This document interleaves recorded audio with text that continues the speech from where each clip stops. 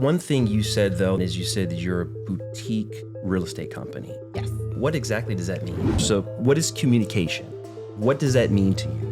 What does that mean to me? Why do we have less than 30 days of closed transactions? Why do we ask for that? That brings me to the second sticking point that I have sometimes with real estate agents is they want pre-quals, not pre-approvals. Let me ask you this. Do you know the difference? Of course. What's the difference?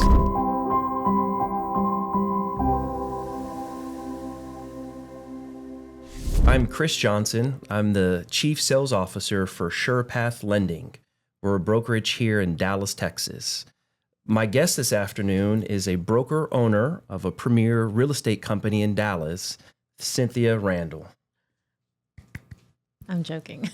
No Hey, problem. how are you? I'm doing well. It's good to sit down with you finally. I know I haven't seen you in a while. Yes, I live in Montana, and so my trips down to Texas are not as frequent as they should be, but here we are, sitting here enjoying a cup of coffee. Good to have you back in Dallas. Thank you. But I have a couple questions for you, Cynthia, if you have some answers for me. I may. Okay. Well, tell us about your real estate company. What about it? Like, why start a real estate company? Why did I start a real estate company? Well, it's not something that I planned, So first of all, I was a realtor first. Okay. And I, in the real estate company that I was with, I wasn't getting any guidance. I didn't really have a mentor. It was a very small group of 7 people, 8 people. I can't really remember. I was doing all the training on my own. And then I had to train other people, but I wasn't getting paid for it, which it was okay. It's part of being a server because that's kind of what I am now. And I loved it. I enjoyed it. And I decided, well, what's next? I became a broker and I was still with the same company. But I realized that my calling was a lot bigger than where I was. So I had to make the hard decision and just go off on my own, and which I did. Okay. And at the time, I only had like 2 people that followed me from the group because they were on my team. And little by little, it started growing. It wasn't really my intention to grow. It just kind of grew because I put myself out there as in my opinion, a good leader and also a good mentor. And I wanted to serve and help my agents, give them everything that I was missing when I was just a single agent. And so we just grew. Okay. And so now we have a little bit over 60, close to 70 agents. And so we are a boutique brokerage located in Dallas, Texas, in the heart of Dallas.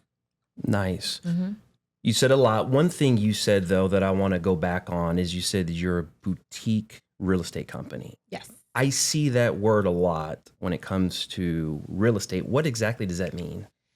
So for instance, in my opinion, we cater more towards the agents versus just the masses, right? So You have other bigger companies, which I'm not going to name, but you don't know the broker. Mm-hmm.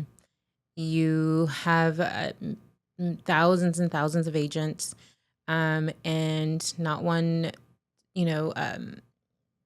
one person can actually call their mentor, or if they do, it's really like 9 to 5 type of thing, or they have to set up a time to meet with their mentor or, coach.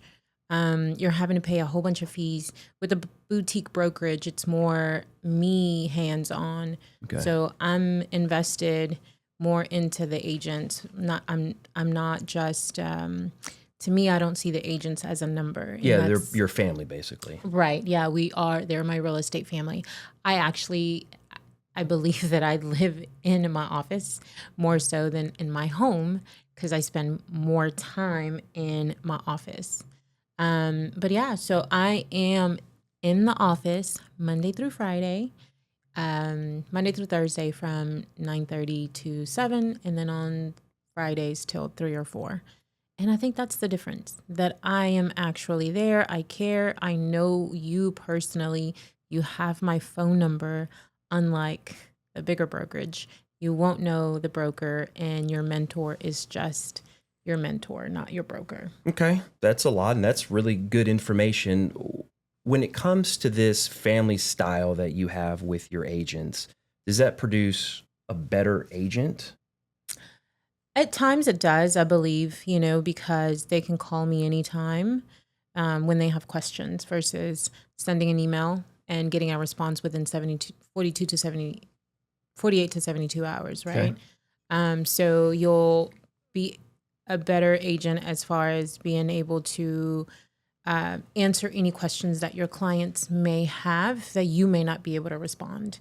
Okay. Right. So I've seen a lot of agents, when they interview with me and they happen to go somewhere else, they come back and say, I had to send an email and, it took 72 hours for me to get a response and I lost my client.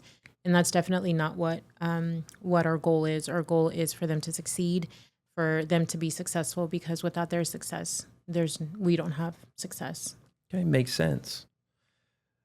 Since this is your family and this is a close-knit group, as your real estate partner on the lending side, my question for you is, how can I help your family grow?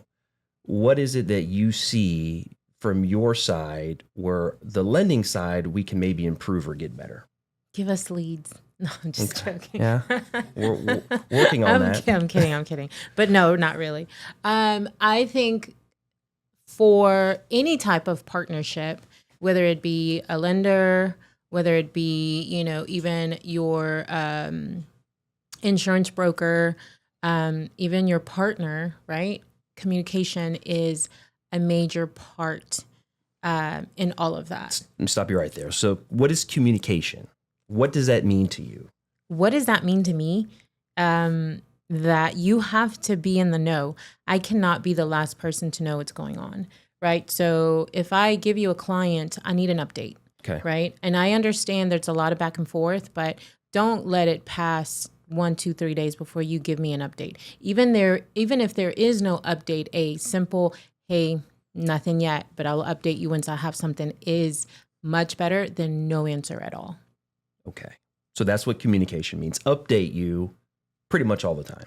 Yeah, especially whenever, because see, the thing is if anything happens, you know what I mean? I'm going to lean on you. So if we are always in constant communication, no one drops the ball. Okay. But if I feel like, I haven't talked to you in 2-3 days, then, something's going to happen. And I've seen it happen before in the past where, you may forget something, I may forget something. So if we're in communication, we can always remind ourselves of anything that is missing as far as the client goes, right? Okay. That's fair. So my job as a chief sales officer, then one of the things I need to communicate with my loan officers is over communicate. Yes. Agents There's are not no going to get such mad. thing. Okay. In my opinion, there's no such thing, even if it's a quick text, right? Even if it's a quick text to let me know, hey, there's really no update today. Okay. I'm going to be like, so I will just okay. send you a blank text that says ... You'll know that means I have no update for you. No ... But just say, I got nothing for you today. Just letting you know. Okay. That is only if we're working a deal together, right? Okay. So I'm not saying, communication once a week. Hey, how are you? How's it going? That is going to be a thing because we are working together, right? We're trying to continue that bond in that relationship as lender and real estate broker. But when it comes to working a deal, there's no such thing as over communication, in my opinion. Ladies and gentlemen, you heard it. There is no such thing as over communication with your real estate agent. Yes. I will make sure that we have that scribed so that way all the sales, right here. Yeah, so they can all see. So communication is one. Any other sticking points that we can help your family grow? Being updated as far as any new products that you guys have. Letting us know right away, having a meeting. Hey, you guys, real quick, we just got new DPA, like call everybody, right? Or we just got the new conventional loan is, or what is it? the loan amount changing. Right. All of that, right? If you guys let us know versus us hearing it from other people, when it's coming from our preferred lender, it just makes a bigger impact. Okay. Can do that. Now, can we switch roles for a little bit? Sure. Like, I'm not going to be the real estate agent and you're going to be the loan officer, but I do want to go over some sticking points that we as lenders sometimes experience from the real estate standpoint. Two in particular. One is, why do we have less than 30 days to close transactions? Why do we ask for that is the question. Why?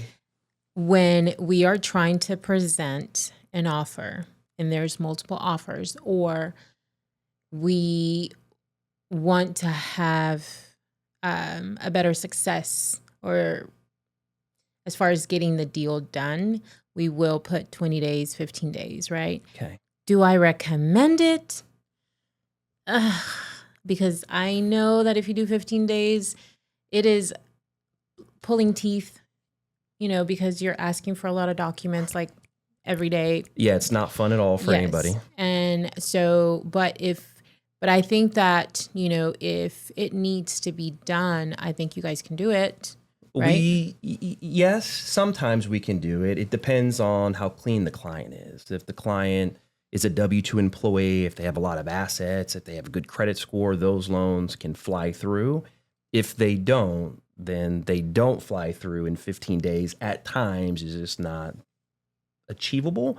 And if it is, we're going to stress everybody out.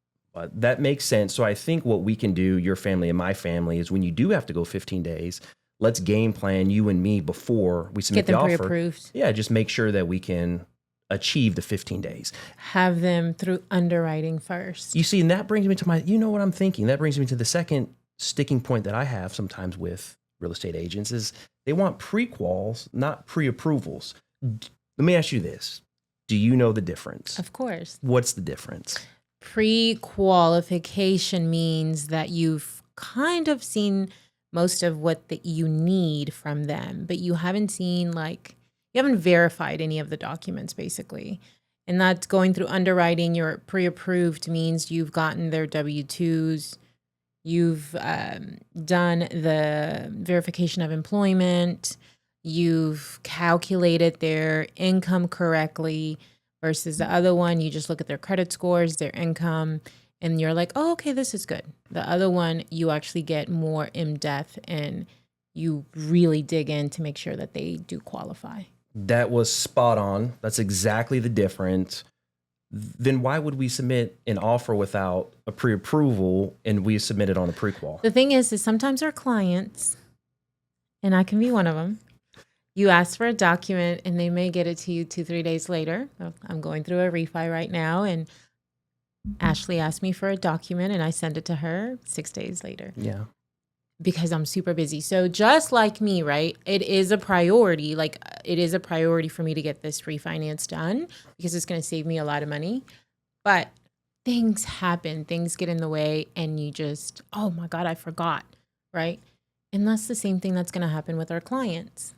And I think that's a lot of the times where communication with the over communication. Right. Yep. Hey, Cynthia, your client didn't call me today. Your client didn't upload their documents. Can you please, nudge them real quick and see if they can get that done so we can get you a pre-approval versus a pre-qual. Pre-qual, yes. Right? Yes. So it's really all of that stuff. Because the thing is if if you're super organized, type A, person, they're going to have all those documents and they're just going to upload them. But if you have somebody that's not as, type A, me, I got to call my CPA. Hey, can you send me my documents? How long is that going to take? That's 24 hours to 48 hours because depending on how busy your CPA is. So, it's just so much more than just, here, let me give it to you, right? So to help the boutique family continue to grow, I heard a couple things. One, I'm going to over communicate.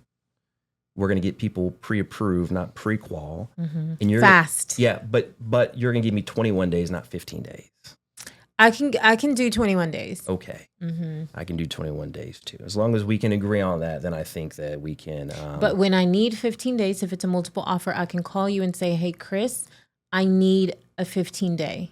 You can, but then that needs to make sure that myself, my underwriters, and everyone did due diligence to make sure Sips that. tea. Yeah, you can sip whatever you want. Just make sure we understand when it comes to 15 days, though, that I must have all the documents. Everything must be buttoned up before we submit a 15-day contract. Okay.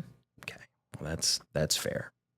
I think you're trying to get a point across No, here. no point. Just want to make sure that we have a good amount of time to close the deal, because the level of stress when it comes to the financing, it is a lot, because we have the buyer's agent, we have the listing agent, we have the client who's at the middle of this transaction. They're moving out of their house. They got to get into their house. The last thing we want is someone living in a hotel for a few days because we missed a close date. And so, it's just good to make sure that we have everything in order to just get it to the finish line so everybody's happy. The client wins, you win, we win, we all win. Yeah. And that's the goal. That's the goal. Well, thank you for your time. I hope the tea, coffee, whatever it is that you're drinking was delicious. Next time we do this, instead of coming down to Texas, maybe you can come up to Montana. I think that'd be fun to have a session up there. And we can talk about more real estate. Okay.